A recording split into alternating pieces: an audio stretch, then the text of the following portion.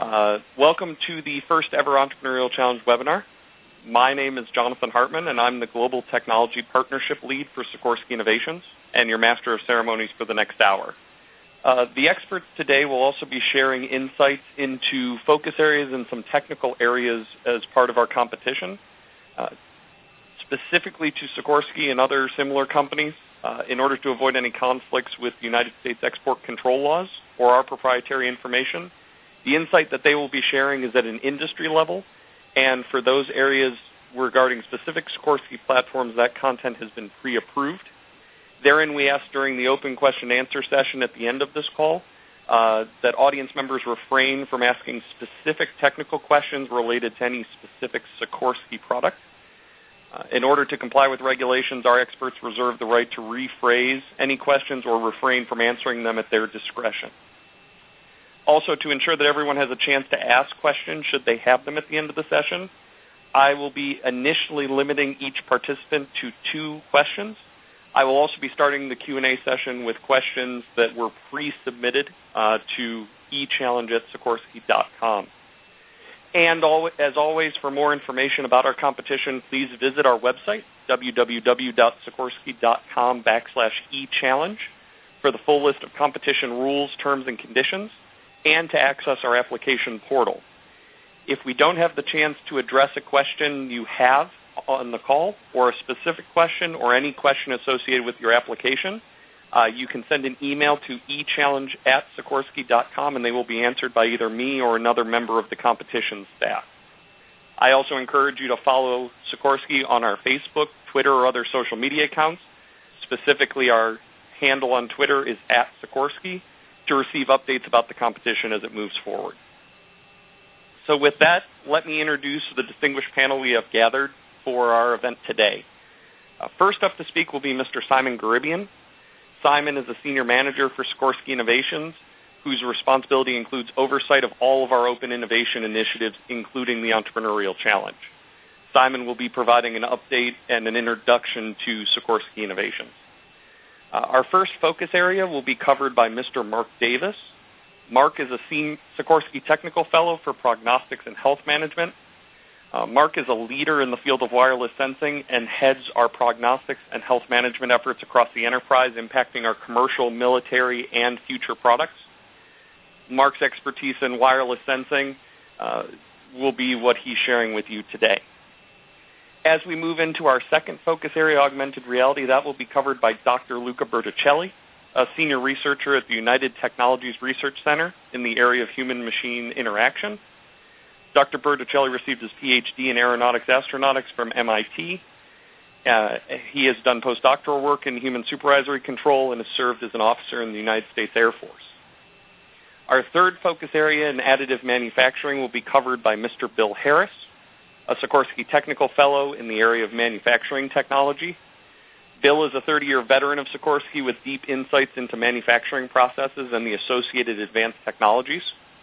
He's been recognized with Defense Manufacturing Technology Achievement Award for the development of a hybrid additive manufacturing machine, as well as the American Helicopter Society twice for excellence in manufacturing.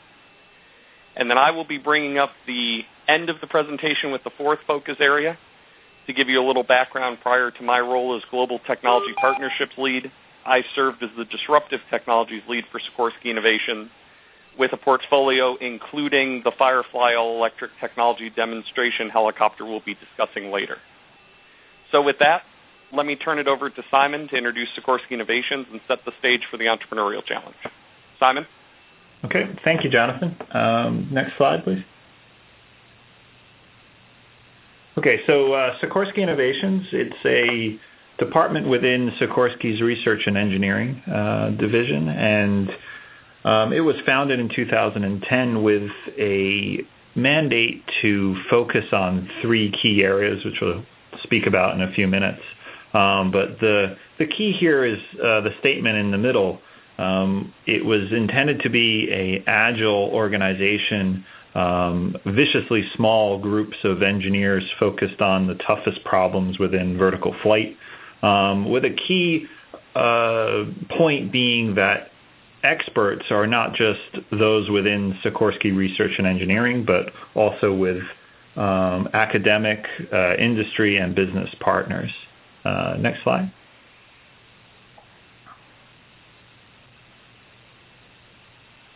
So 5 years have gone by very quickly. It's been a heck of a ride. We've accomplished many things. You can see that on the slides here. Again, I'll emphasize the one that's highlighted. We're looking, and we've actively solicited and worked with many partners. I think 50 is probably a low number. It's always growing. And that's very important to the velocity in which we're moving these technologies.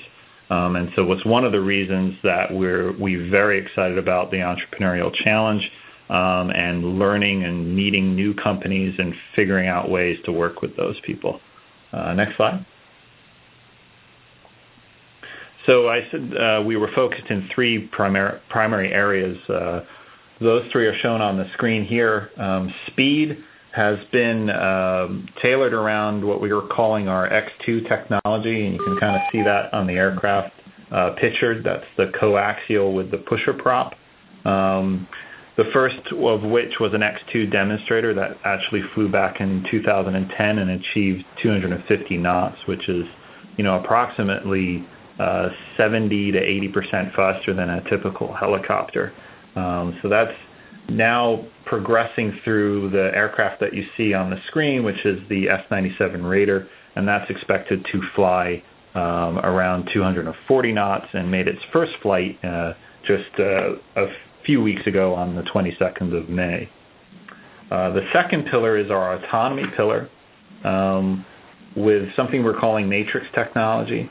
And this is a pillar that gives the technologies and tools to fly missions more effectively by inserting autonomous features, everything from autonomous applications that allow the aircraft to fly certain missions or certain portions of the missions autonomously, all the way up to a fully autonomous aircraft that requires pilot direction rather than piloting itself. And then finally, the third is the intelligence pillar. That's a pillar centered around inserting technologies that change the way we fly and maintain helicopters. We're coupling intelligence systems that reside on the aircraft with health and usage systems on the ground that govern the way we operate these aircraft, and we're improving aircraft's safety, economics, and effectiveness by that combination. So as a result, we get smarter helicopters that achieve efficiency and performance without increasing cost and weight. And thank you very much for that, Simon. Yeah, on to you, Jonathan. I appreciate it. So the key here, in addition to understanding Sikorsky Innovations' focus, right, there's three pillars. We've chosen those three because we feel that they provide differentiated customer value, is the belief of getting technology off the page. So for Sikorsky Innovations, we're not big fans of PowerPoint or Excel, though we know those are necessary tools. We believe that customer value is proven when technology, at least for us, gets in the air and flies in representative environments. And we understand that those are big undertakings, and so when we find that differentiated technology, we dedicate the necessary financial and talent resources behind them to succeed. But in order to do that, we're picking programs with what we would call really gnarly goals. Whether it's the X2 technology demonstrator you see on the upper left that was, had the goal of doubling the speed of a helicopter, to what Simon was talking about in autonomy, which is moving autonomy to a level of safety that manned flight has today, or even to our Raider, which is the next evolution of X2 technology to demonstrate operational capability. You're seeing big numbers, but what you're seeing here are programs that are led by Sikorsky Innovations but have a network of partners underneath them that make them successful. And this mindset, getting it off the page, working with technology leaders, and rapidly demonstrating differentiating technology is really the basis for the entrepreneurial challenge. So I'm sure many of you have had a chance to look at the website, but just to give you a little background, the Entrepreneurial Challenge is a competition designed to find and support revolutionary ideas and technology that's highly relevant to us at Sikorsky. What we're searching for is agile technology leaders, and these could be single innovators in a garage all the way up to teams in the biggest corporations globally that embody the entrepreneurial spirit, passion, and management style that complement our qualities as an industry leader. What we require for the Entrepreneurial Challenge is that you are a fully formed entity, so you have at least an LLC and at least one full-time employee. That's it. And really, through the competition, we're hoping to foster partnerships with companies that offer this disruptive capability and, in some cases, may have not seen aerospace as an application for their technology. So to get to the slide and the nuts and bolts, the Entrepreneurial Challenge is at least an annual competition, and if you've followed us in the past, we've offered both an annual and a biannual format. This year's competition features 4 focus areas, which we'll be talking about on the webinar today. And these are the areas that we are asking for disruptive companies to come and talk to us about.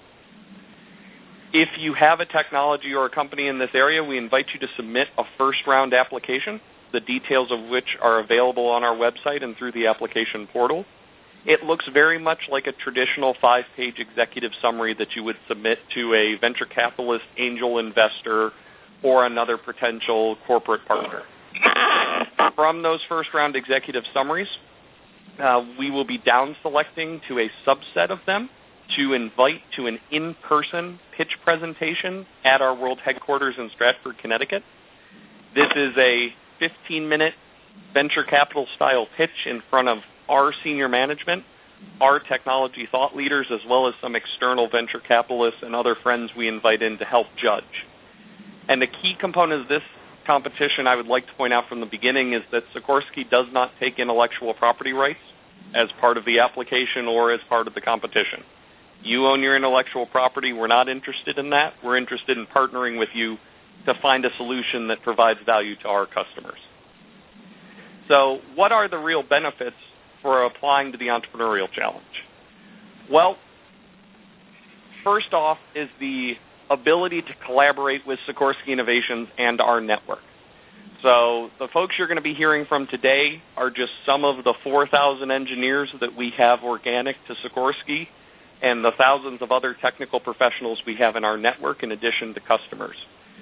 The logos you're seeing on the right are past awardees from the challenge, and these represent some of the leaders in their respective fields. And these are folks who we have either introduced to customers, introduced to internal network members, or introduced to projects. In addition, we have a relationship with the Stanford Innovation Center, which is a really interesting accelerator right in the heart of southern Connecticut, just about halfway between us and New York City. They have access to their own set of networks of investors and partners that we open up to awardees.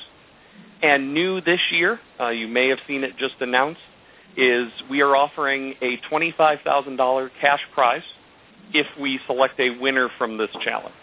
And again, I invite you to the full rules and details on our website. So this year's competition and today's agenda for the rest of the hour features 4 focus areas.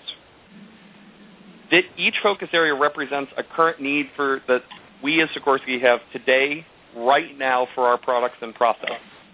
Each of the experts you're going to hear are going to delve a bit deeper into each focus area, giving you some background as to the need for the technology, previous experience we at Sikorsky have had in this area, technology gaps where as an industry we see the need for partners to fill those, and then some characteristics that we will be looking for when we get to the first round applicants later this fall. I should also point out that first round application deadlines are mid-October, so check the website for those details as well. With that, let me turn the presentation over to Mr. Mark Davis for his discussion on the first focus area, which is ruggedized wireless sensing with low-weight energy harvesting. Mark, please take it away. Thanks, Jonathan.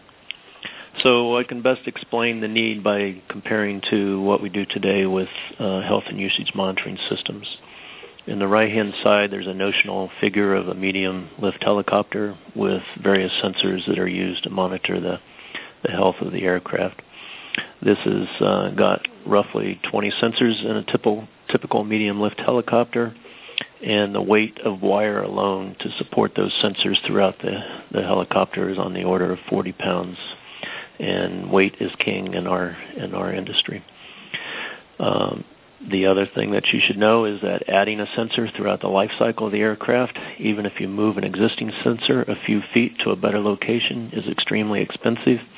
Adding a new wire to the bundle somewhere else remotely in the aircraft at a new location is extremely expensive in terms of the non-recurring that's required to design it in and to install it and retrofit it. The future of HUMS is to expand it up to total aircraft health management. Today, HUMS primarily monitors the vibration of the drive system as well as airframe vibration to support rotor track and balance. So it's really only monitoring 1 out of 6 primary systems on the aircraft. There's really no sensors that monitor the airframe itself or the rotor system. The rotor system is shown on the left. It has its own inherent difficulties with traditional wired approaches. Because of the rotating system, you need a slip ring, which are inherently non-reliable over a long lifespan of a helicopter. An airframe on the right, you can see all the different locations that you might want to place sensors, but yet you probably would not want to monitor all those different locations throughout the life cycle of an aircraft. You may only want to do it towards the latter part of the life cycle of the aircraft, or you may want to monitor certain locations when an issue arises in the fleet. So the operative phrase in this need is scaling up to total aircraft health management in a reconfigurable way so that you can basically put sensors where you need them, when you need them throughout the life cycle of the aircraft. Wireless is an enabling technology, and the key hurdle that we've run into, which we'll get into later, is basically the weight of even a wireless system when you're trying to make it self-sufficient and harvest its own energy or provide its own energy. Next chart. Sikorsky has actually worked quite a bit in this arena over the last 10 years with different technology providers that are pretty well known in the rotorcraft industry. We just concluded a 4-year program that had a significant content in it for wireless sensors, especially in the rotor system, because that's where we really need them for future HUMS. And I'm just showing 3 examples. And in a later chart, I'll show you a matrix that shows the weight associated with those wireless systems.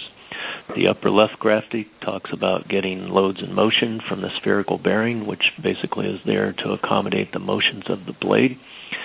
The center graphic shows a sensor that measures load within the push rod end, a very elegant concept that's embedded within the rod end itself. And the right concept basically are the energy harvesting and electronics that you can see on top to allow us to measure load and motion of the damper. Next chart.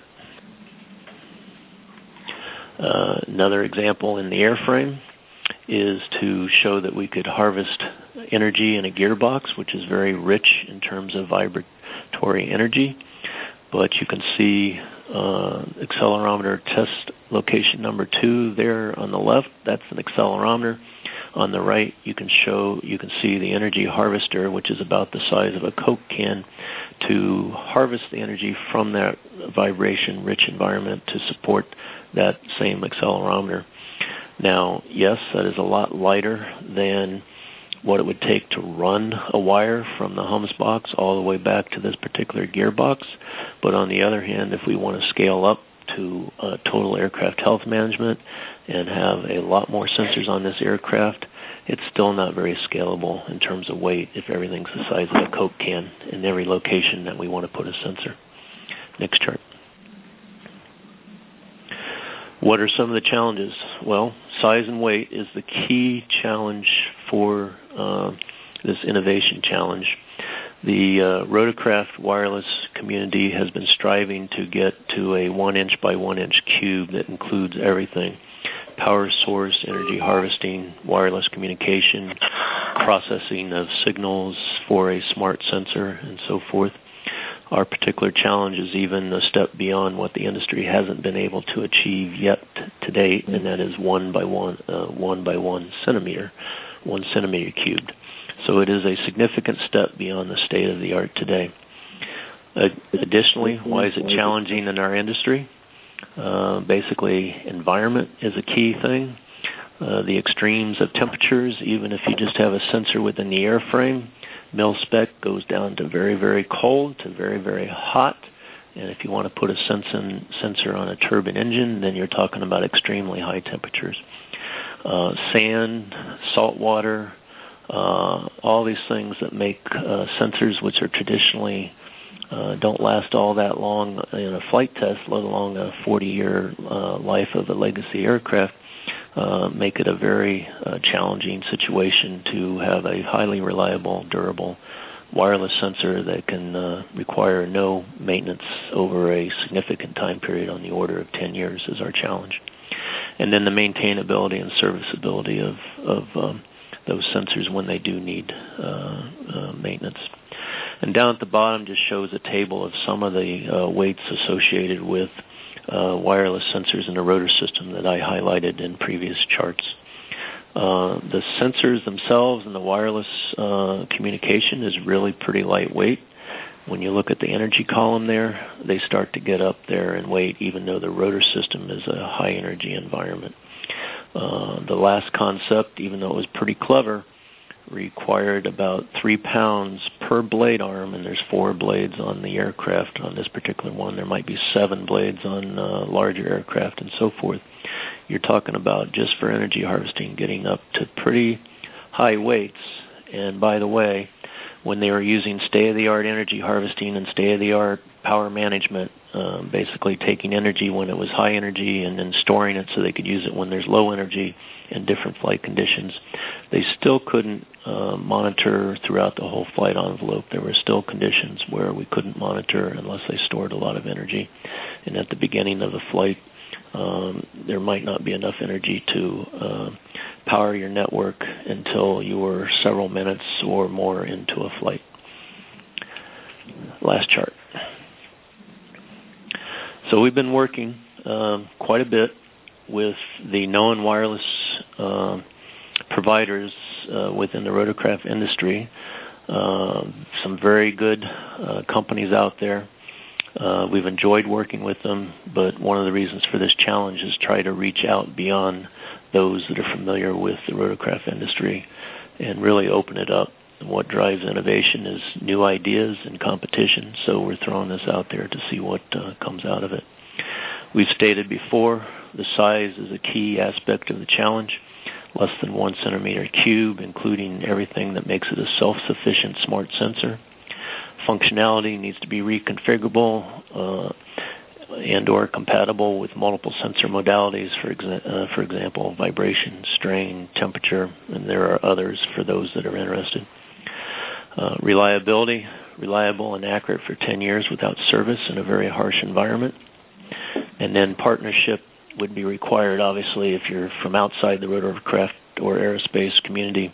Partnership with a aerospace supplier that can productionize, qualify, manufacture, and bring to market is important.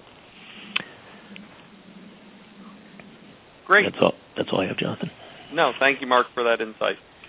So let me move on to the second focus area then and introduce Luca to talk about augmented reality. So Luca, take it away. Great, thanks very much. Hello, everybody. So the focus area that we're looking here is in augmented reality, and specifically the need is for the use of collaborative applications and complex manufacturing processes. So first thing, just augmented reality in general.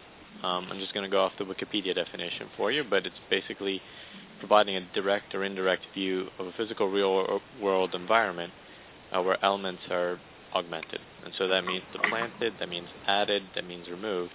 And the best example is, as you point... This conference is being recorded. Only the main conference is recorded. Oh, great. Thanks for that. So basically information that could be presented to an otherwise expert or less expert user that could provide additional information onto the real world.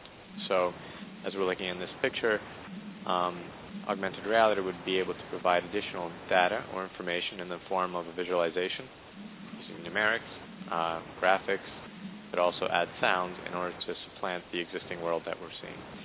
In a commercial world, you can see augmented reality applications with IKEA catalogs. You can point your smartphone or tablet to a little marker, and all of a sudden you get new pop-ups about the specifics of the product, even instructions on how to assemble it. And from a wearable side, if you think more on the lines of Google Glass as one form of it, or even more recently with the Microsoft HoloLens, the ability to overlay information on the real world has a lot of practical implications. And specifically looking at complex manufacturing processes, one of the key benefits of using augmentation in this way is that as we start manufacturing more complex systems, the information that's available becomes larger and more disparate. So we're trying to find ways of accumulating that information and presenting it together. The ability to assemble things quicker becomes a viable candidate for value, as well as being able to reduce the total number of errors during the assembly process. And looking up the value chain a little bit, some recent applications have looked a lot at training. So can you cut the cost of training by presenting this technology to our different users? So next slide, please. The previous experience that we've had at Sikorsky, one of the main areas has looked at virtual reality. And I'd like to just distinguish virtual from augmented, and that virtual is really looking at immersive multimedia. So you don't need to see the real world in order to be immersed in it, and you can think about virtual reality as a flight simulator, for example. And so Sikorsky has a virtual reality center, and it has been used on aircraft before to actually design before the aircraft was actually built, so that people could actually go in and start understanding a little bit more about the maintenance implications about assembling the structure in a certain way. And in doing so, the virtual world has enabled significant cost cutting by reducing modifications to be made after construction. And so Sikorsky has a lot of experience in the virtual reality domain, but really just wanted to use this slide to point to the fact that the activity in this focus area is really more about the augmentation. And so how do you present additional information onto the real world? Next slide, please. In terms of AR, there are still quite a few technical hurdles out there, and so we're just going to go in a little bit greater detail in each of these, and we'll highlight which ones are the ones that are significant at this point in time.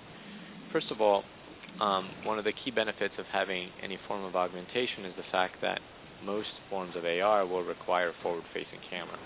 And a forward-facing camera really enables you to do collaborative problem-solving with a remote expert. So one of the areas that can actually come out here is that you can leverage the camera that you're going to be using for AR to actually do collaborative problem-solving with a person that's not necessarily there with you. We see the ability to have this COTS package that can stream this video is one of the key fundamental contributions of bringing this focus area to real work. Another element that presents significant challenges is the software architecture setup. So currently there are many different ways of buying packages or using existing packages that do a lot of the integration, such as localizing the parts, retrieving the data, retrieving the models to be presented on the augmented reality, and doing any of the indexing and presenting some of the analytics to the users. So having a very robust and open architecture that can be analyzed and used within the Sikorsky framework is very important. The ability to do object tracking and recognition, while these are technical hurdles in order to perfect it, we would expect that participants to bring in with very reliable and very robust object tracking capability, as that is one of the main areas that has really been pushing this field for the past 20 years or so. But then we get into the three main areas that we're looking at here. First is from a hardware side. AR traditionally has relied a lot on very intensive computation in order to be able to do marker recognition and doing some of the visualization on the overlays. So what we're looking for is really the similar swap type analysis that's presented in the earlier focus area. We want to be looking for battery life, duration, ruggedness, heat transfer, especially as we start looking at wearables that are close to space, becomes a key issue. And so so we really want to be careful to have very high TRL technology there. Interaction modalities, we're looking at the ability to, specifically on the wearables and glasses type setup, we'd like to understand possible solutions that enable the user to actually have different ways of interacting with that data. The second big item about security is one that can't go understated enough. A lot of the models that will be presented on the augmentation will have certain categorizations in terms of export control, and so we want to ensure that because we're not going to be able to put all the models on the devices themselves, that any infrastructure that supports the wireless transmission of those models is secure and resilient to cybersecurity threats. Price point kind of goes hand in hand with security. There can be some trade-offs at that point, but as we've seen a lot of the technology form factors change, we've also seen the price points change, and so we would expect that the solution here can present itself with affordable implementation. And the last bit is really the ruggedization and really harping this. The technology needs to be able to operate in harsh environments, and this goes everything from a loud noise environment to getting dropped, getting stepped on, kicked, how people are going to be able to use it. Is it a tablet that you can wear on the wrist? Is it something that you're going to put in your pocket? But it has to be resilient to real-life use. So to summarize, some of the technical hurdles are fundamental to the technology itself. Other technical hurdles are much more related to the systematic integration of all the technology pieces together. Next slide, please. So from the perspective of an ideal entrant, there are a lot of people out there that have experience doing AR in a commercial domain, but we are specifically looking at people that have experience with rugged environments. And as I mentioned, rugged from both the hardware side, but rugged also from the software side as well. The second main characteristic is we'd expect our entrants to have produced at least an MVP, a minimum viable product, before. People that have done this a couple of times realize that you don't get it right the first time around, and having that experience under your belt is extremely important. Ideally, we'd look for somebody that has an AR system in full production. And lastly, we're looking for an entrant that has been fully funded and has accomplished first customer trials successfully, so that we could actually learn about what their lessons learned were and how they made them actually deliver the product successfully. So with that, Jonathan, I'm going to turn it back to you. And thank you very much for that, Lucas. So we'll move into our third focus area in additive advanced manufacturing. I'll ask Bill Harris to take the floor from here. Okay, so the tagline on this slide talks about evolving a Byzantine process, and those two Byzantine processes we're speaking about are castings and forgings. They date back before Leonardo da Vinci, so they've been around a long time. But by the same token, because they've been around a long time, they're extraordinarily well understood. We completely understand what the levels of performance we can get out of these two material forms from our supply base, and those levels of performance are repeatable, and we have large amounts of data correlated with test and performance that allows us to predict and design our products with these material forms very reliably. So to replace them with any type of new manufacturing process presents its own challenges. So if you move to the next slide, we can talk about where we have begun to introduce additive manufacturing into our product. So we refer to some of this as indirect additive manufacturing. So in the Raider aircraft, we used sand castings that were produced by fully digital mold packages. The molds were printed on binder jet machines, and the metal was poured into these molds, and then the castings were produced that way.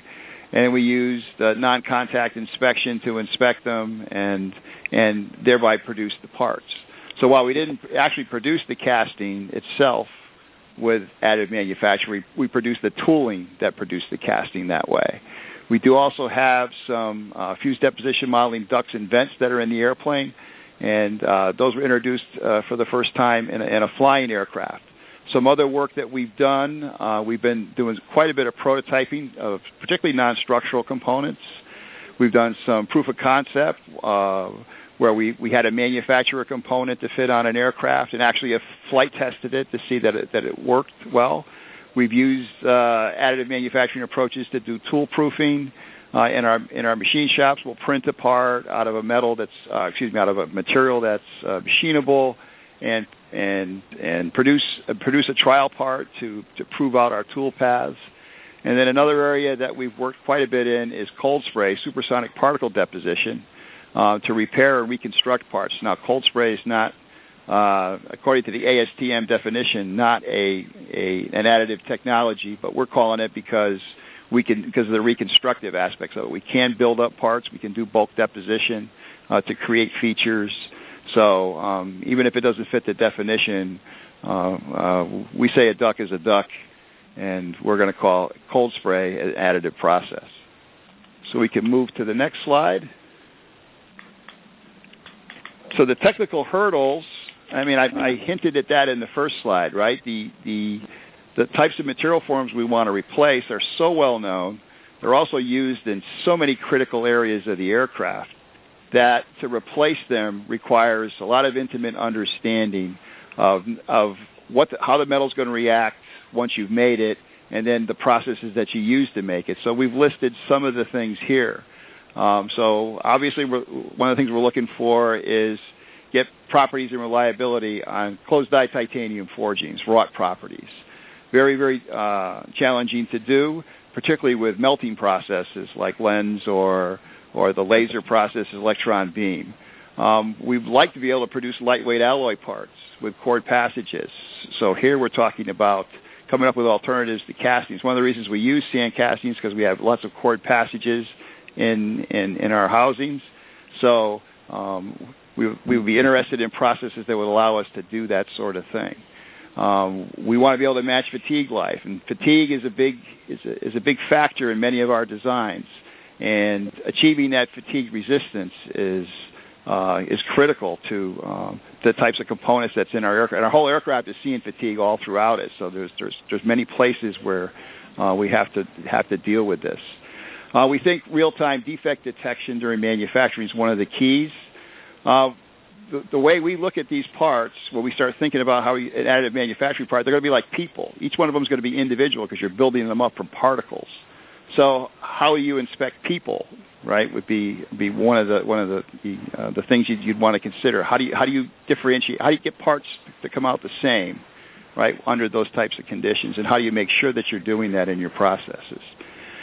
And probably one of the biggest factors is getting these things affordable for our particular business model, right? So in many areas, it is affordable because the parts are small, but in a helicopter, the parts tend to be quite a bit bigger. So you need to have deposition rates that are a bit higher so that you can take advantage of the economies in saving material.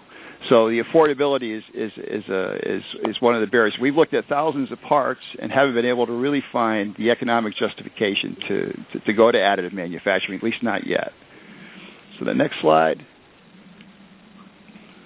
So in terms of ideal entrants, characteristics we'd be looking for, I think it's really important to understand the processes we want to replace, right, or the processes that would have to complement the additive manufacturing process. So that's forging, casting, welding, thermal processing, much of the metallurgy understanding the metallurgy that's involved with all of those. Experience in material characterization is also very important. Much of the material allowables data that we have, that we design our components to, is based on extensive amount of material characterization work and complete understanding of how materials react and how they react when they're machined, how they react when they're produced, how they react in service. So that experience is really important in being able to introduce additive manufacturing into our product. We think modeling and simulation is a big component of this. So that ability to look at material transformations and the resulting properties is going to be very crucial and will allow us to cut down the number of tests that we'll have to run to validate the processes that are used to produce the parts. And then another ideal character would have capability to produce things, including equipment and staff that knows how to do that. Would be a next thing, the last thing that we'd be looking to see. So with that, thanks, Bill. I can turn it over to you, Jonathan. No, really appreciate it. So with that, let me move us to our fourth focus area, which is high energy density and high power performance energy storage. So really, since the start of aviation and the notional chart that's coming up with you now, propulsion has driven the types and sizes of machines that could be built. You see, a curve for reciprocating and rotary engines that started right around 1900 with the Wright brothers and continues till today. Then you see, right around the time of 1940s, the turbine revolution. Our founder, Igor Sikorsky, was experimenting with helicopter designs all the way back in 1909, 1910. But the power-to-weight ratio of existing engines simply wasn't sufficient to achieve flight. So he had, what I think even he would have called very overglorified paperweights back then. And it wasn't until the late 1930s where engine technology had evolved to where you could get a practical, feasible vertical takeoff and landing aircraft into the sky. And, let me be clear here, if you're not very familiar with aviation, helicopters, because of their inherent nature to hover, require significantly more power in all of the flight regimes than fixed-wing airplanes. So we occupy a very unique space within our propulsion needs in that we simply need the best of the best. Cutting-edge propulsion technology is what allows our machines to go farther, faster, more efficiently. So right now, what's interesting is that as an aviation industry, we really haven't experienced a propulsion revolution since turbines came along in the 40s, 50s, and 60s. So we're on track for what we think could be another what we would call S-curve in this graph. And we're seeing in cars, in boats today, this move towards electric, hybrid electric, different types of propulsion. And you'll see there a picture of a little 2-pound hobby helicopter. From our perspective, there's a really interesting analogy that's taken place, which is in the hobby market, in the very small toy market, 10, 15 years ago, if you were to go out and buy a model helicopter or a model airplane, you were buying a gas glow plug machine, so a little internal combustion engine. If you go today to try and buy one of those, they're actually a very rare, almost extinct breed. Almost everything in the small aircraft category has gone electric due to its benefits. So the question really for us is electric a next step for us in aviation? If so, when? And if so, with what technology? So what we tried to answer a few years back was the question of, is electric propulsion even feasible for rotary wing flight? And the pictures you're seeing now are of Firefly. Firefly was a all-electric technology demonstration helicopter. Its purpose was to not only quantify but really demonstrate the benefits of electric propulsion for our type of airplane that we build. On a broader scope, we aimed with the project to develop future state-of-the-art, environmentally sound technologies and practices for the industry.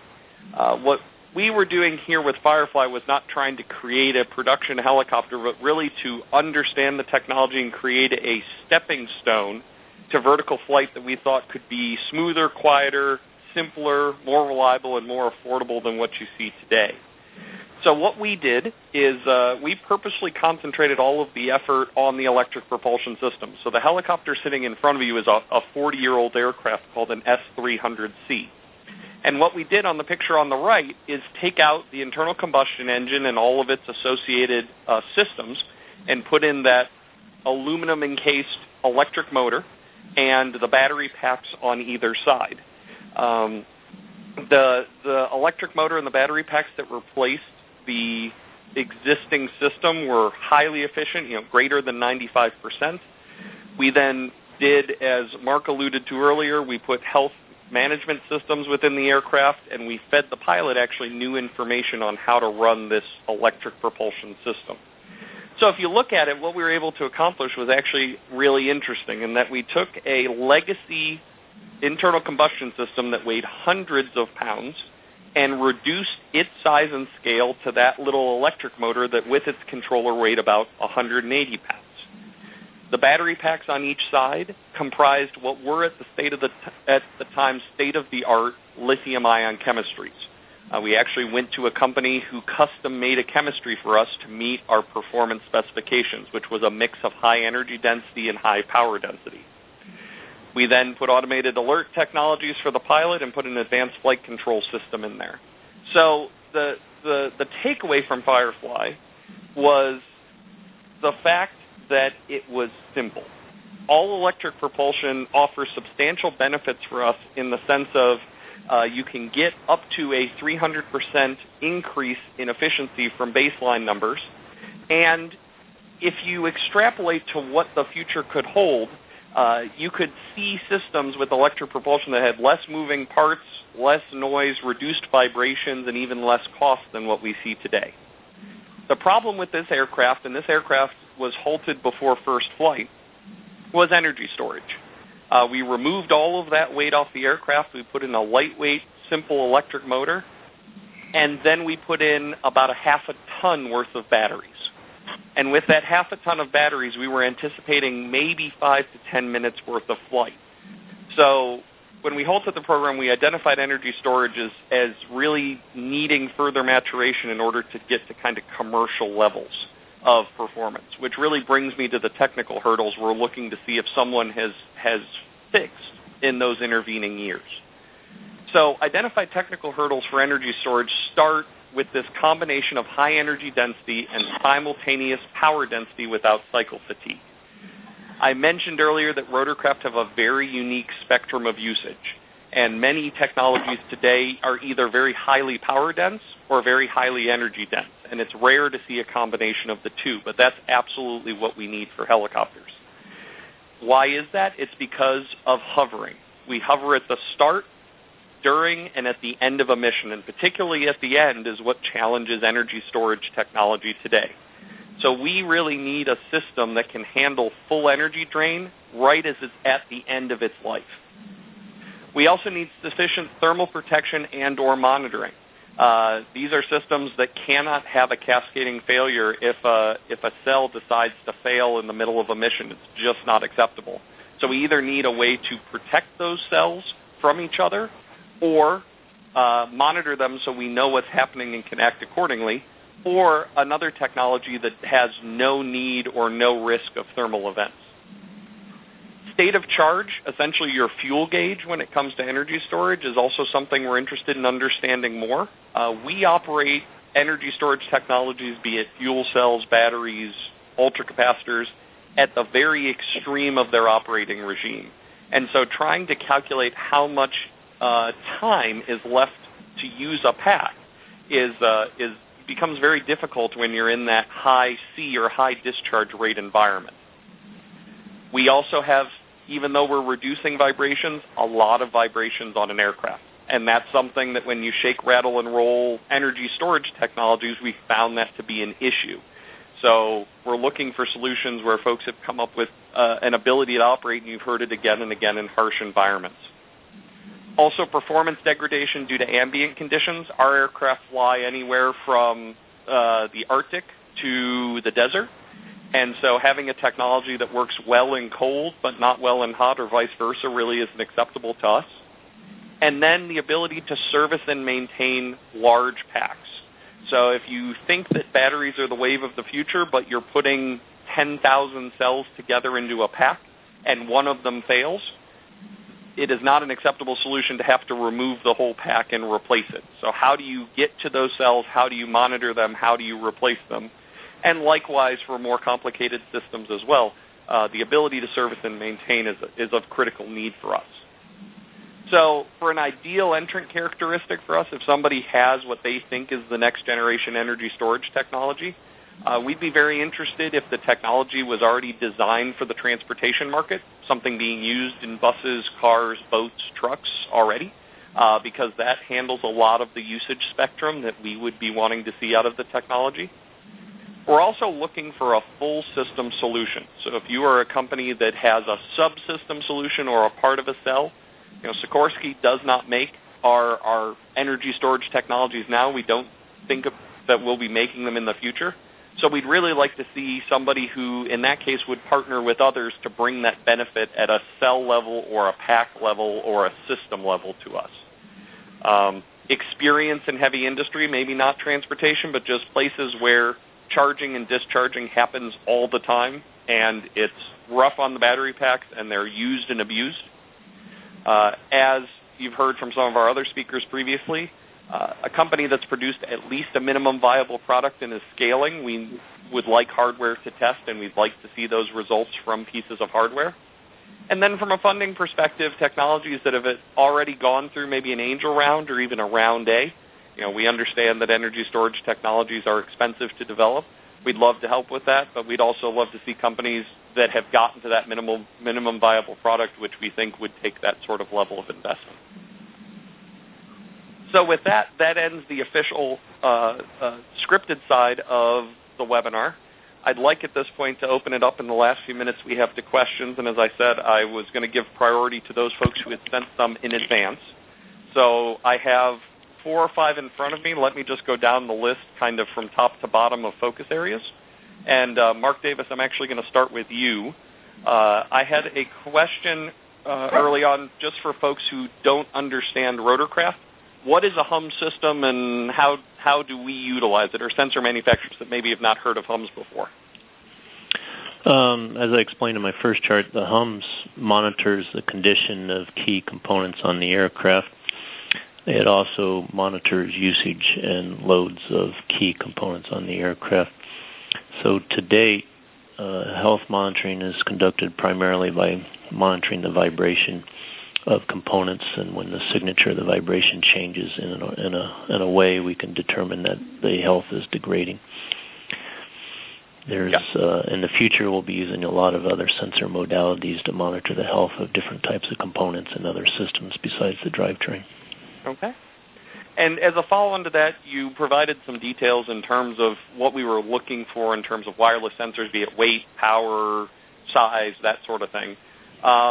Are there any industries that have similar requirements, or which industries would you consider most similar? So if a sensor manufacturer is already making a device for X industry, it would be a fairly straightforward leap to come over to aerospace.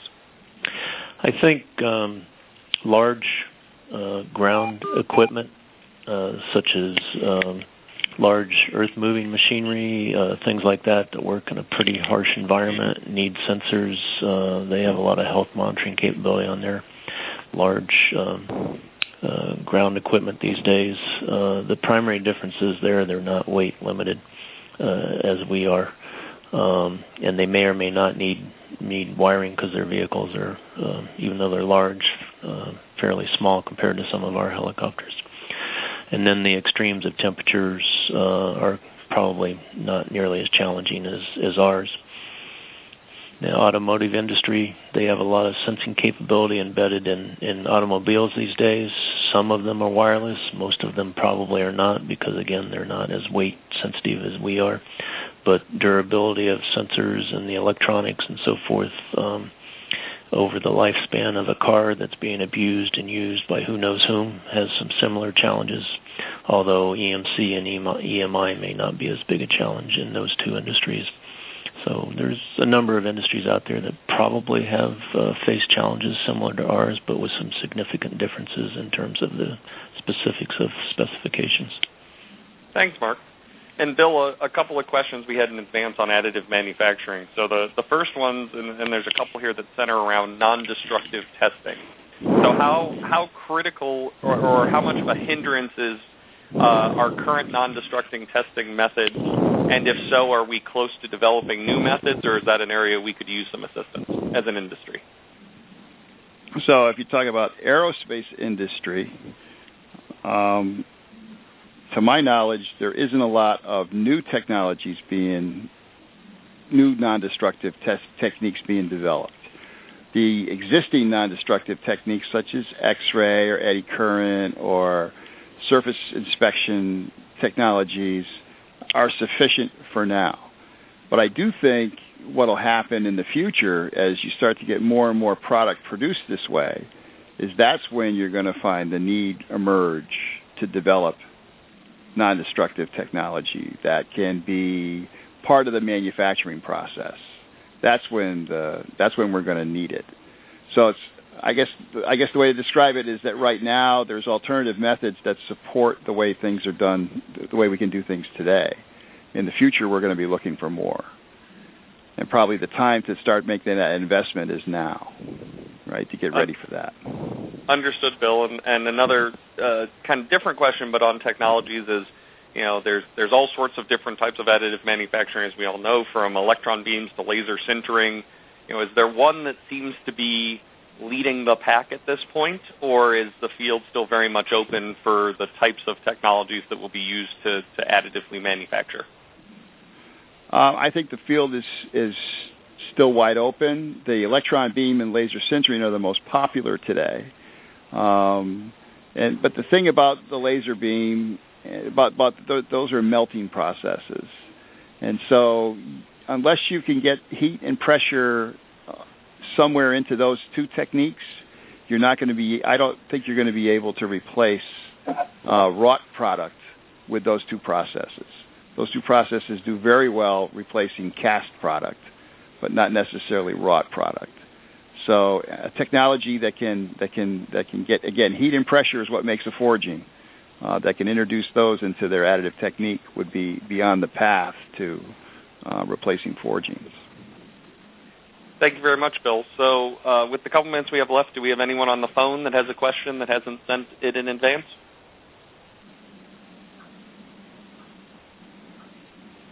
Okay.